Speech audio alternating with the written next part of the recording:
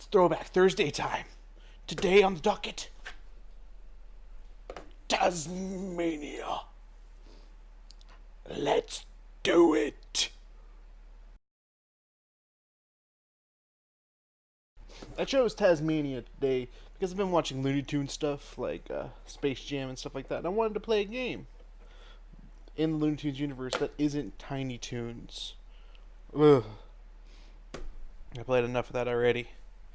But I wanted to try something different, and I had this in my collection. I paid $9.50 for it at Bookman's, and the case is in pretty bad shape, but whatever. The gameplay is okay. Check it. With most Sega games, you'll see like things like this. This one, you actually get to see what Taz looks like, which looks nice. And here you can see what some of the backgrounding looks like with the scrolling. It looks relatively nice. But then you get this beautiful drawing with very plain background with text explaining the stupid short story. And then you see the map of Tazmania, which looks really nice, showing you the different levels. On top of that, look at the levels themselves. Very beautiful, very, very cartoony. But, as you can tell already, it's not going to be an easy trip. It's going to be pretty hard, actually. Now, the controller, I bought it at Bookman's as well. The three buttons are different. You got the C button, which is jump, which is a bit weird because you're used to hitting like A or B for jump, but it's not. B is the tornado that Taz is known for, and A is to use your special attack.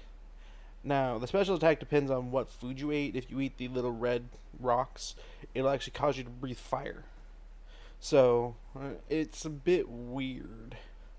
But, it could be worse. Now, with the fire, you're going to want to get as much as you can to kill enemies quickly. These two die instantly, which is nice. But, whenever you get stuck in the sand traps like this, you can't use it. So, you're kind of just mashing that jump button to get out as soon as you can. And you're going to end up taking a lot of damage from a lot of different sources. So you're going to want to make sure you replenish your health and kill enemies that you can. But always keep a lookout for the continues, which is that little pedestal right there, which allows you to continue from where you died, which is nice. Now, playing the game, you'll notice fairly quickly that it's a bit slow. Like, you're going to end up doing the tornado to get around as fast as you can, which is fine in most cases, but you can end up knocking away the air canisters, which are your health. They add health, at least in the sand levels they do. In the Acme levels, they are turkey legs. So yeah, here you'll see that there are definitely death traps with these bombs. Eat 2 bombs at full health, you die. And you could theoretically just tornado through them, but you wouldn't know to do that unless you played it before. Why is this game not so good? Why is it so not good? The bombs appear everywhere, and on top of that, there are level hazards that you don't know are going to be coming.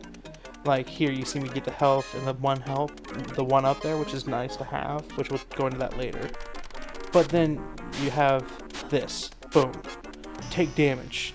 And there's no indicator that it was going to give me damage. And I see up here this laser, and I see up there food. I want to get to it, and I accidentally get too far in. Alright. To be fair, it's not extremely terrible. It's comparable, but it's not so fun. For instance, here you can see like the boss. I jump on him, it doesn't do damage to him. Jump on him again, doesn't do damage to him. Jump on him again, finally does damage. But I've already taken so much damage from him and died already. It's not even fun. Here you can see where I'm bursting the boss and get hit instantly. Now, the tornado lets me hit and do damage to almost everything else in the game. I even had my little star there, which gives me invulnerability for a short period of time. But I don't know how to kill this guy, so I just keep jumping at him and jumping at the car, and it's not hitting him, doing damage. And I just keep taking damage over and over again. So I have to keep eating these canisters, which they only give me 3 for the boss. So, without knowing what to do, I'm just taking damage. I already died once to it, but it didn't help anything. But then, an epiphany happens. What about the yellow? It's the yellow, the little tiny yellow on top of the cab that you have to hit. And that wouldn't be too bad if the rest of the truck gave you hit and bounce off. Because the timing has to be perfect for that 4th hit. And you see this? This says 3 lives. I eat it. My lives don't increase. What it really does is it adds 3 continues. That's right. Continues. Not lives. You start off with only having 3 continues, and you eat these little things expecting them to be lives, but they're not. They're continues. But in other cases, they are lives. They need to make up their mind. Which one is it? Which one is it? Yeah, you see it. You see it says 3. I eat it. My lives stay at 1, whereas before, it went up by 1. And because I only have 1 life, I'm getting ready to die, because the death trap, that is this place. I don't know what I'm gonna give this rating. It's better than Bubsy. Not as good as Tiny Toons. Better than the Bugs Bunny games. Not as good as the Mickey Mouse games. Which I know is not Looney Tunes, but same kind of concept. Nah.